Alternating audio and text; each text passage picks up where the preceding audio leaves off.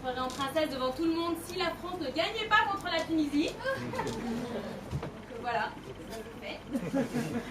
Ouais, bah ça va, ça arrive à tout le monde. Alors toutes les filles ont déjà été déguisées en Cendrillon, en Belle au bois dormant, en Blanche-Neige, ça arrive à tout le monde. Bah, ce qui est bien, c'est que rétrospectivement, on se rend compte qu'on avait l'air bien niaises, hein, quand même. Oh, bah elles sont bien niaises dans les contes. Blanche-Neige, c'est quand même la reine de la gourdasse. Hein.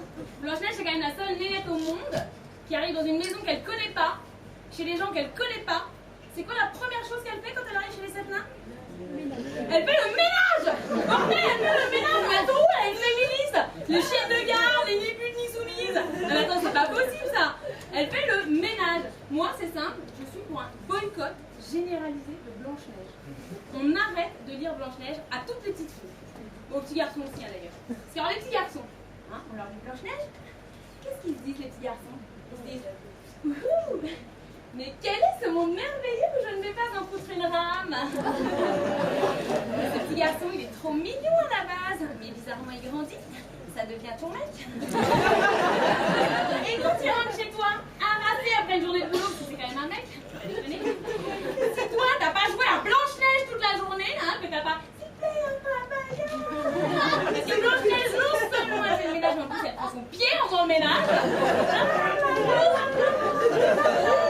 Que tout n'est pas nickel chez toi et que tu n'as pas préparé un bon petit bœuf bourguignon. Et bah du coup tu te tapes des réflexions du genre c'est pas l'activité qui t'a tué aujourd'hui. Cette conne qui fait le ménage et la bouffe toute la journée, elle nous a bien pourri la vie quoi. Et entre nous, ces gros glandeurs de nains qui vivent dans un dépotoir, ils travaillent quand même dans une mine de diamants. Après, ils ont peut-être les moyens de se payer une femme de ménage quand même. Oh, ça m'énerve, ça m'énerve. La rigueur, c'est la seule bourde qu'elle fasse, Blanche-Neige. Mais elle n'arrête pas, c'est tout le temps. Toi en tant que parent responsable, tu tiens tes enfants, faites attention, hein. On parle pas aux inconnus dans la rue, hein. On n'accepte rien des gens qu'on connaît pas. Elle fait quoi, la l'autre gourdasse qui a décidé de nous saper tous nos principes éducatifs? Elle accueille n'importe qui chez elle. Elle est une vieille sorcière. Oh, ma chérie, regarde mes pommes comme elles ont l'air bonnes. Tu voudrais pas en prendre une? Et elle? Mais c'est vrai qu'elles ont l'air vraiment superbes. Je crois quand même que je vais en goûter une. Non mais ça va, c'est pas Georges Clooney en plus, vous avez eu la gueule ça pue le traquenard à plein nez cette histoire quand même. Alors bon, qu'est-ce qu'elle fait? Elle mange la pomme, résultat, boum, elle meurt. Alors là, les êtres ils sont trop tristes parce que ça va, on les met bien. Bah tu m'étonnes qu'ils sont tristes, accessoirement ils ont quand même perdu leur femme de ménage. Mais bon, qui c'est qui arrive à ce moment-là? Qui c'est qui arrive à ce moment-là? Sur son beau cheval blanc? Hein, qui c'est qui arrive? Le prince charmant! Oh, le prince charmant, il arrive, alors là on a le droit au...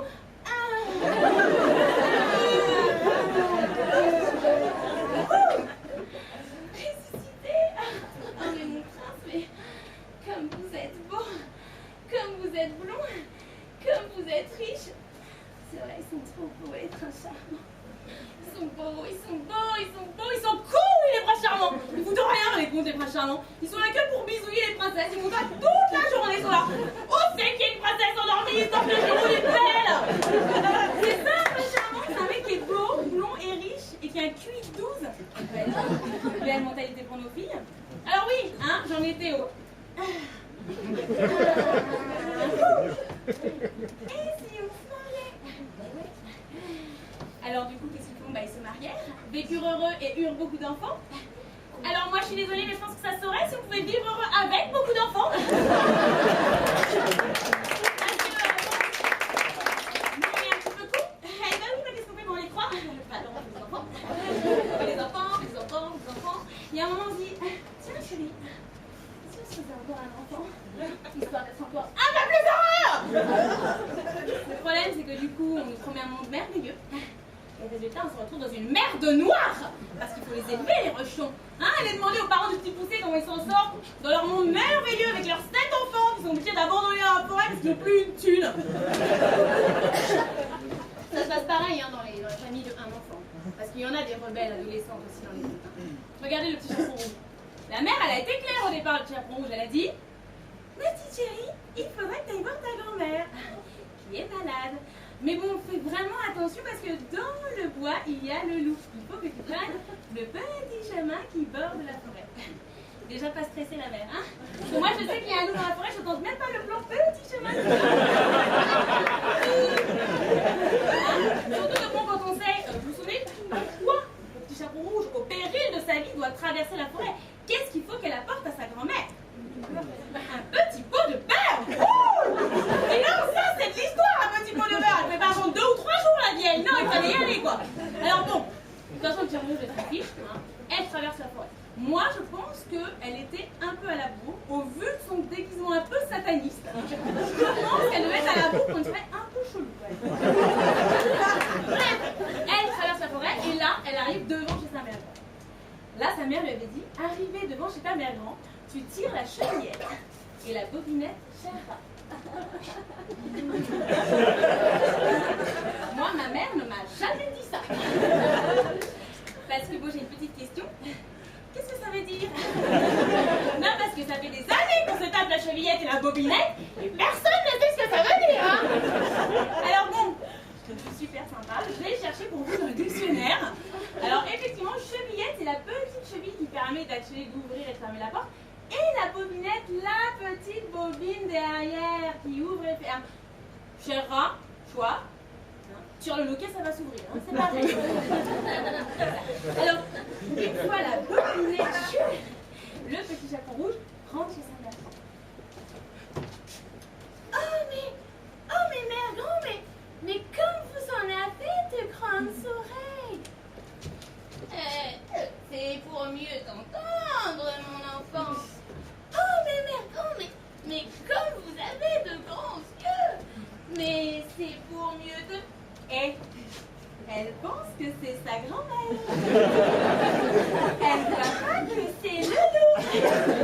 Non, parce que toi, hein, tu arrives chez ta grand-mère, tu la vois avec un bonnet de nuit, des oreilles qui dépassent et des poils partout. Ça te tilte pas, non? Hein? Tu lui dis pas?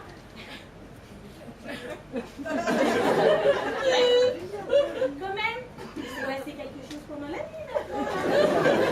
Non, tu vas pouvoir arrêter la testostérone.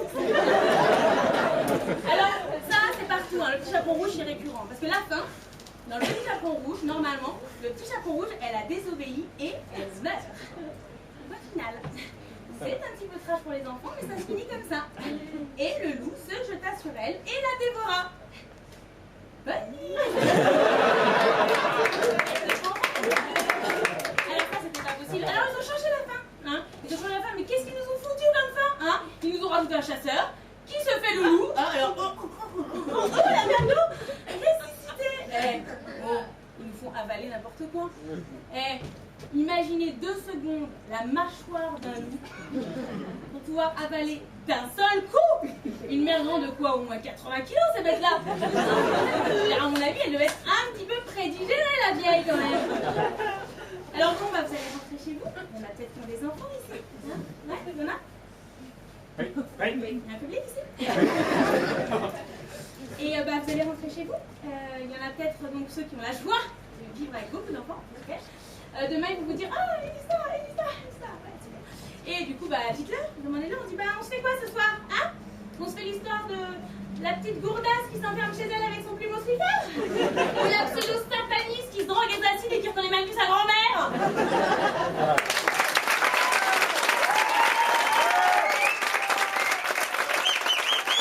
Bénédicte Flamand.